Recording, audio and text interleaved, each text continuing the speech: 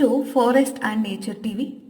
ಪ್ರಿಯ ವೀಕ್ಷಕರೇ, ನೀವು ಇನ್ನೂ ನಮ್ಮ ಚಾನೆಲ್ಗೆ ಸಬ್ಸ್ಕ್ರೈಬ್ ಆಗದಿದ್ರೆ ದಯವಿಟ್ಟು ನಮ್ಮ ಚಾನೆಲ್ಗೆ ಸಬ್ಸ್ಕ್ರೈಬ್ ಮಾಡಿ, ಬೆಲ್ ಬಟನ್ ಒತ್ತಿ, ಆಲ್ ಬಟನ್ ಒತ್ತಿ.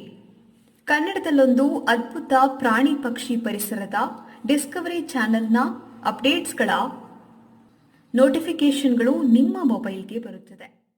ಹಾವರಾಣಿ ವಿಷಕಾರಿ ಎಂಬುದು ಕೇವಲ ಮೌಢ್ಯವಾಗಿದ್ದು, ವಾಸ್ತವದಲ್ಲಿ ಇದು ಹಾನಿಕಾರಕವಲ್ಲದ ಹಲ್ಲಿಯ ಪ್ರಭೇದವಾಗಿದೆ. ಇದು ಜಿರಳೆ, ಮಿಡತೆಗಳಂತಹ ಕೀಟಗಳನ್ನು ತಿಂದು ನಮ್ಮ ತೋಟ ಮತ್ತು ಮನೆಯನ್ನು ನೈಸರ್ಗಿಕವಾಗಿ ಸ್ವಚ್ಛವಾಗಿಡಲು ಸಹಾಯ ಮಾಡುತ್ತದೆ. ಹೀಗಾಗಿ ಇದೊಂದು ರೈತ ಮಿತ್ರ. ನಮ್ಮ ಮನೆ ಅಥವಾ ತೋಟದ ಸುತ್ತಮುತ್ತ ಹಸಿರು ಗಿಡಗಂಟೆಗಳ ನಡುವೆ ಕಲ್ಲುಗಳ ಮೇಲೆ ಸರಸರನೆ ಓಡುವ ಹೊಳೆಯುವ ಮೈಬಣ್ಣದ ಒಂದು ಜೀವಿಯನ್ನು ನಾವೆಲ್ಲರೂ ನೋಡಿರುತ್ತೇವೆ. ಅದರ ಹೆಸರೇ ಹಾವರಾಣಿ. ಇಂಗ್ಲಿಷ್ನಲ್ಲಿ ಇದನ್ನು ಕಾಮನ್ ಇಂಡಿಯನ್ ಸ್ಕಿಂಕ್ ಎಂದು ಕರೆಯುತ್ತಾರೆ. ನೋಡುವುದಕ್ಕೆ ಹಾವಿನ ಮರಿಯಂತೆ ಕಂಡರೂ ವಾಸ್ತವದಲ್ಲಿ ಇದು ಹಲ್ಲಿಯ ವರ್ಗಕ್ಕೆ ಸೇರಿದ ಅತ್ಯಂತ ಉಪಕಾರಿ ಜೀವಿ.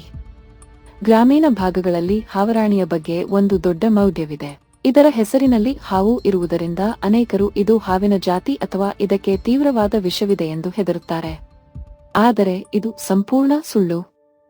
ಹಾವರಾಣಿಗೆ ಯಾವುದೇ ರೀತಿಯ ವಿಷವಿಲ್ಲ. ಇದು ಮನುಷ್ಯರಿಗೆ ಕಚ್ಚುವುದೂ ಇಲ್ಲ. ಈ ಸರೀಸೃಪ ಸಂಪೂರ್ಣವಾಗಿ ಅಹಿಂಸಾಕಾರಿ ಜೀವಿಯಾಗಿದೆ. ಇದನ್ನು ಕೆಣಕದ ಹೊರತು ಇದು ಯಾರಿಗೂ ತೊಂದರೆ ನೀಡುವುದಿಲ್ಲ ಎಂದು ಉರಗ ತಜ್ಞ ಗೌರಿ ಕಾಳಿಂಗ ಅವರು ಮಹತ್ವದ ಮಾಹಿತಿ ಹಂಚಿಕೊಂಡಿದ್ದಾರೆ. ಹಾವರಾಣಿ ಕೇವಲ ಸುಂದರ ಜೀವಿಯಲ್ಲ, ಇದು ನಮ್ಮ ತೋಟದ ನೈಸರ್ಗಿಕ ಕೀಟನಾಶಕ ಕೂಡ ಹೌದು.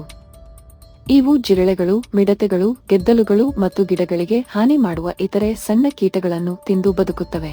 ಯಾವುದೇ ಕೆಮಿಕಲ್ ಬಳಸದೆ ನಮ್ಮ ಮನೆಯ ಅಂಗಳ ಮತ್ತು ಅಡುಗೆ ಮನೆಯನ್ನು ಜಿರಳೆ ಮುಕ್ತವಾಗಿಡಲು ಇವು ನಮಗೆ ಅರಿವಿಲ್ಲದೆಯೇ ಸಹಾಯ ಮಾಡುತ್ತವೆ.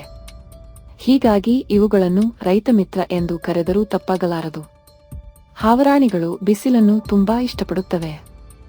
ಬೆಳಗಿನ ಸಮಯದಲ್ಲಿ ಕಲ್ಲುಗಳ ಮೇಲೆ ಅಥವಾ ಒಣಗಿದ ಎಲೆಗಳ ಮೇಲೆ ಬಿಸಿಲು ಕಾಯಿಸಿಕೊಳ್ಳುತ್ತಾ ಇರುವುದನ್ನು ನೀವು ಗಮನಿಸಬಹುದು.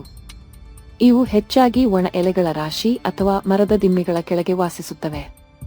ಇವುಗಳ ರಕ್ಷಣಾ ತಂತ್ರ ಬಹಳ ಆಕರ್ಷಕವಾಗಿದೆ. ಯಾವುದಾದರೂ ಪ್ರಾಣಿ ಅಥವಾ ಮನುಷ್ಯ ಇವುಗಳನ್ನು ಹಿಡಿಯಲು ಬಂದಾಗ ಇವು ತಕ್ಷಣವೇ ತಮ್ಮ ಬಾಲವನ್ನು ತಾವೇ ಕತ್ತರಿಸಿಕೊಂಡು ತಪ್ಪಿಸಿಕೊಳ್ಳುತ್ತವೆ. ಶತ್ರುವು ಕತ್ತರಿಸಿದ ಬಾಲವನ್ನು ನೋಡುತ್ತಿರುವಾಗ ಹಾವರಾಣಿ ಅಲ್ಲಿಂದ ಓಡಿ ಹೋಗಿರುತ್ತದೆ.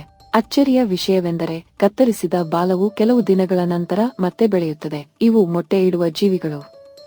ಸುರಕ್ಷಿತ ಜಾಗದಲ್ಲಿ ಸುಮಾರು 2 ರಿಂದ 20 ಮೊಟ್ಟೆಗಳನ್ನು ಇಟ್ಟು ವಂಶಾಭಿವೃದ್ಧಿ ಮಾಡುತ್ತವೆ. ಪಶ್ಚಿಮ ಘಟ್ಟಗಳ ಅಂಚಿನಲ್ಲಿ ಮತ್ತು ಬಯಲು ಸೀಮೆಯ ತೋಟಗಳಲ್ಲಿ ಇವು ಯಥೇಚ್ಛವಾಗಿ ಕಂಡುಬರುತ್ತವೆ. ಪರಿಸರದ ಸಮತೋಲನ ಕಾಯ್ದುಕೊಳ್ಳುವಲ್ಲಿ ಇಂತಹ ಪುಟ್ಟ ಜೀವಿಗಳ ಪಾತ್ರ ಬಹಳ ದೊಡ್ಡದಿದೆ.